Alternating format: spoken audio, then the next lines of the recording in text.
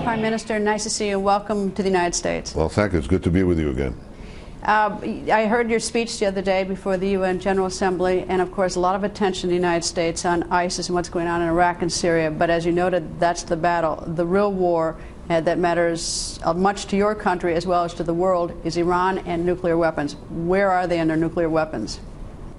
They're trying to get a deal which would leave them with the ability to make enough enriched uranium for a bomb and have all the sanctions, the tough sanctions, lifted off them. That's what they're trying to do. They shouldn't get it.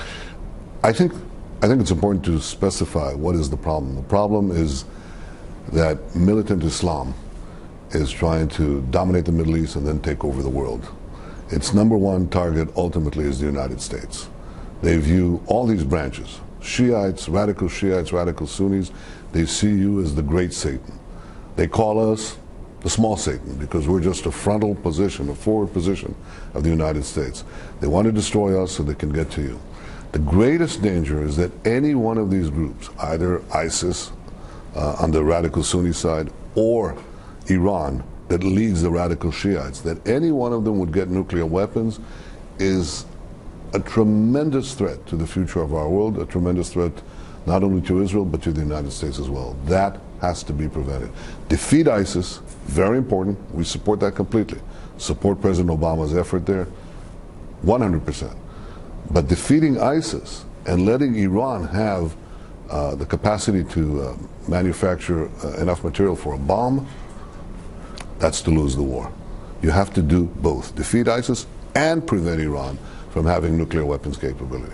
What's sort of peculiar, though, is that in fighting and defeating ISIS is that the United States and the countries that are going along with the United States have Iran supporting it, which is sort of an unusual, strange bedfellows in some ways. Yes and no, because when both of your enemies are fighting one another, you don't support one or the other.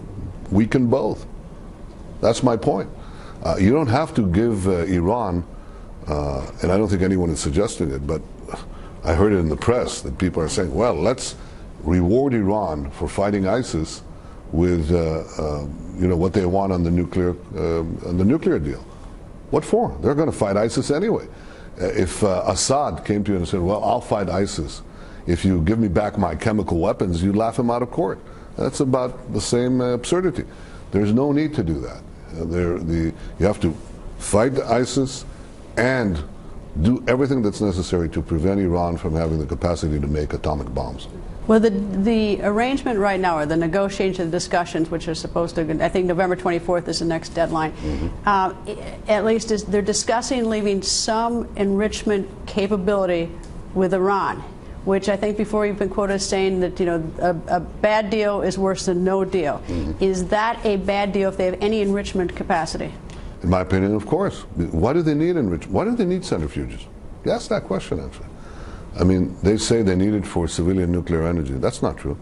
17 countries around the world, big countries, like Mexico and Canada and Indonesia and others, have civilian nuclear energy. They don't have one centrifuge, because the centrifuge you really need for one thing, not for civilian nuclear energy, but for making a bomb, for military use. So there's no reason Iran should have it. And my point was they shouldn't have it. And to the extent that you move away from that and they get more and more and more centrifuges, first hundreds and possibly thousands, then you're giving them the capacity in short order, few weeks, few months, to operate those centrifuges, enrich enough uranium.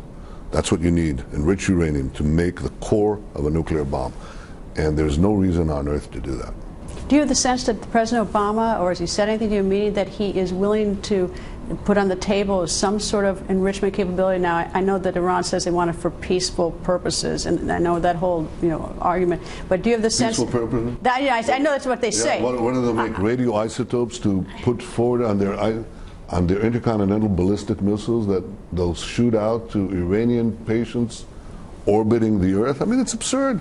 They're making bombs. That's what they're trying to do. That's what their whole program is about. Everybody knows that. And I was not suggesting that I believe that. I know they've got intercontinental ballistic missiles they're working on as well, so and there's only one reason for that. But I'm curious, do you have the sense that the United States, its position is that they will allow some, or that they will agree to some enrichment of uranium? Yeah, they say so openly, and they brief us. I have to be clear that we have an open exchange. I mean, we know what is being discussed, and the U.S. is very open with this, as befits close allies. But to the extent that you veer away from no enrichment, from no centrifuges, and you start moving away from that, then it becomes a bad deal. And you move further away, it becomes a very bad deal. And to the extent you get close to the position where they'll have no enrichment capacity or minimal, that becomes a better deal. And we'll see where it ends up on the spectrum. But I think it's the overwhelming issue, because these militant Islamist groups or regimes, whether Iran or ISIL or Hamas, they all have a fanatic ideology. They want to have their domains expanded, and ultimately they want to change history. They want to bring us back to an early medieval period where women are chattel and minorities are subjugated, and everyone they consider an infidel is given the choice: convert or die. I mean, that's insane. But this insanity, coupled with the weapons of mass destruction, could lead to catastrophe. And that's happened before in the previous century with another mad ideology that sought to conquer the world. And when they thought they had enough power, the Nazis wrought horrible devastation, and 60 million people died, and a third of my people died. Well, we can't let that happen again. You mentioned Hamas. Israel's taking a lot of the world condemned over the number of Palestinian civilian deaths. But Hamas is the same as ISIS? Hamas and ISIS, they're not twins, but they're brothers. I call them branches of the same poison tree. These are radical Islamic movements, and they use some of the same methods. Look at this. I brought this picture.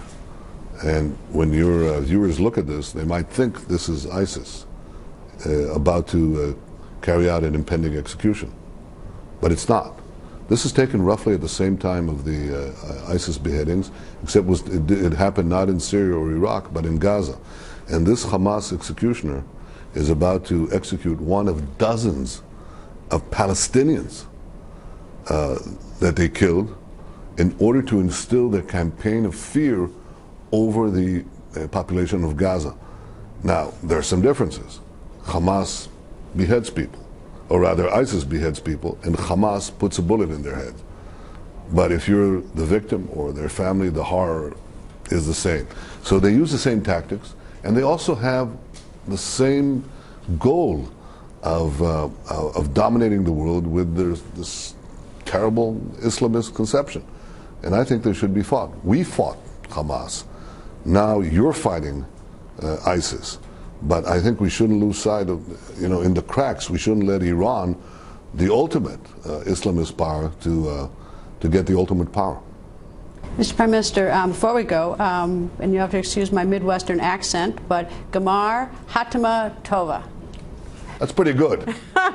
There's room for improvement, but it means a happy New Year. This is the Jewish New Year, so I want to say that we offer it for Jews and non-Jews alike. I hope that we have a year under challenging circumstances fighting these terrorists who challenge, really imperil our civilization.